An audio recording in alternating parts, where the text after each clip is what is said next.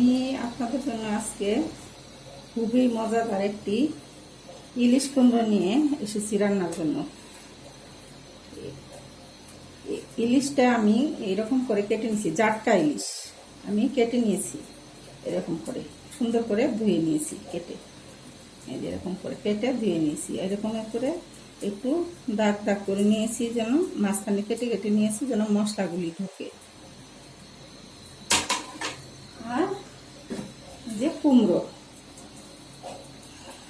আমি পাকা কুমড়ো নিয়েছি, আপনারা চাইলে যে কোন রকমের কুমড়ো নিতে পারেন। কুমড়োগুলি এরকম ত্রিভুজ করে আমি কেটে নিয়েছি, আপনারা চাইলে লম্বা করেও কেটে নিতে পারেন, লম্বা লম্বা করেও কেটে নিতে পারেন, ছোট ছোট করে। আর আমি এরকম করে কেটে নিয়েছি।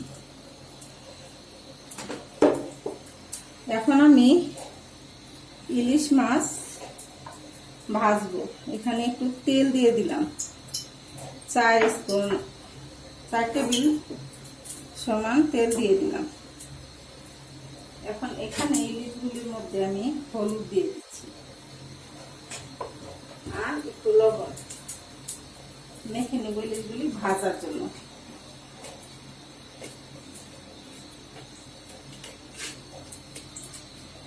মাছগুলো আমি বেশি ভাজবো না, আমি হালকা করে ভাজবো মাছগুলি। বেশি ভাজলে ইলিশ আবার টেস্ট নষ্ট হয়ে যায়, তার গুণাগুণটাও থাকে না।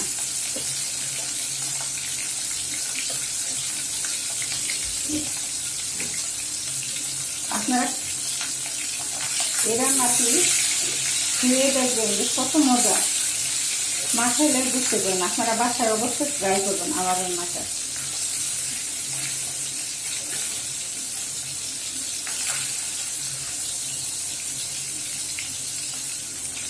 আমি এরকম করে ভেজে নিয়েছি, দেখুন এরকমটা আমি এখন উঠিয়ে দিব। অবশিষ্ট মাছগুলি আমি দিয়ে দিচ্ছি, হালকা করে ভেজে নিব।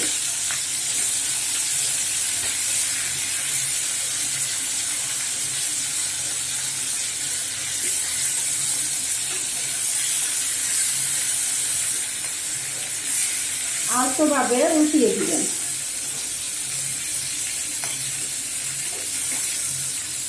যেন ভেঙে না যায়।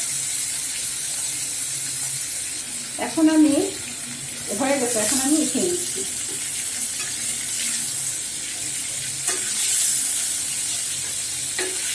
আরেকটি কড়াইয়ের মধ্যে আমি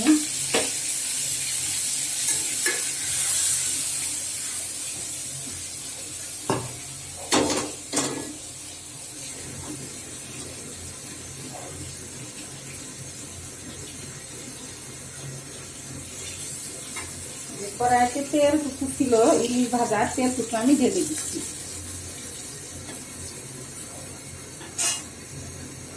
আর এখানে আরেকটু তেল দিব, 4-5 চামচ পরিমাণ, 4 চামচ পরিমাণ। এখানে আমি এরকম 2 পিস রসুনের কোয়া নিয়েছি আর 2টি মাঝারি আকারের পেঁয়াজ নিয়েছি কেটে, এরকম করে কুচি কুচি করে আমি কেটেছি। পেঁয়াজগুলি যখন হালকা বাদামি কালার হয়ে আসবে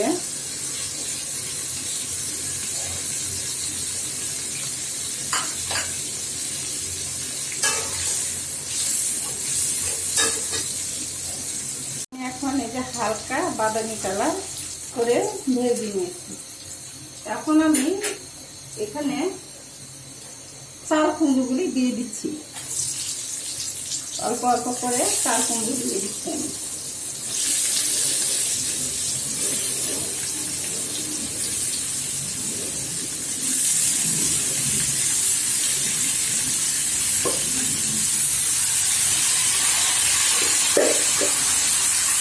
চাল কুমড়োগুলি দেওয়ার পর এভাবে একটু নেড়ে দিবেন।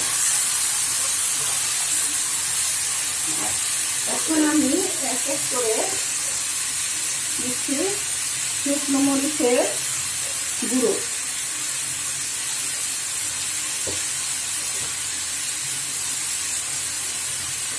এক চামচ দিয়েছি, হলুদের গুঁড়ো দিয়েছি এরকম 1 চামচ, আর ধনিয়ার গুঁড়া দিয়েছি এতটুকু, আর লবণ স্বাদ মতো লবণ।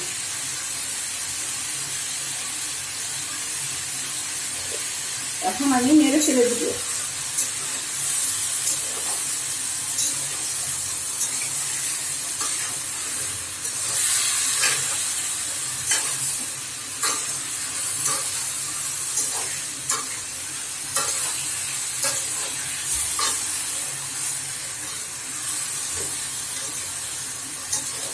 ভালো করে মিশিয়ে দিতে হবে সবজিগুলি, যেন প্রত্যেকটা সবজির সাথে মশলাগুলি মিশে যায়। খুব সুন্দর করে মিশাতে হবে।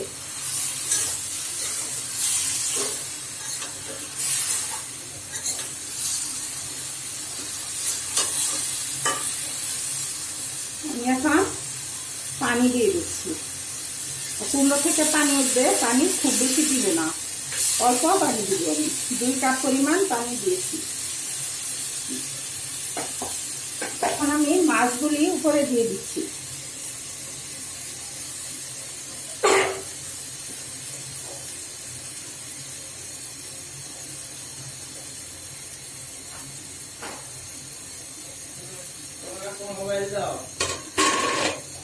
এখন আমি 20 মিনিটের জন্য ঢেকে দিব।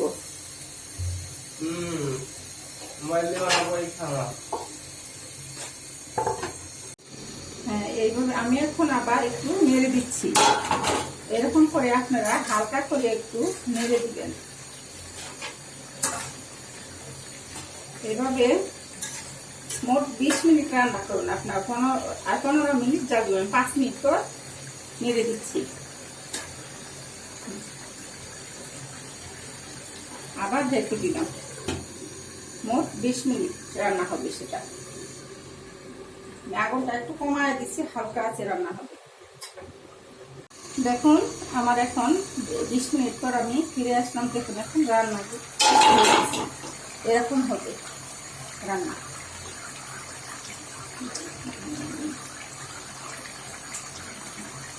তৈরি হয়ে গেল মজাদার কুমড়ো ইলিশ। আপনারা খেয়ে দেবেন, অনেক মজা। আপনার বাসায় অবশ্যই ট্রাই করবেন আমার রান্নাটি।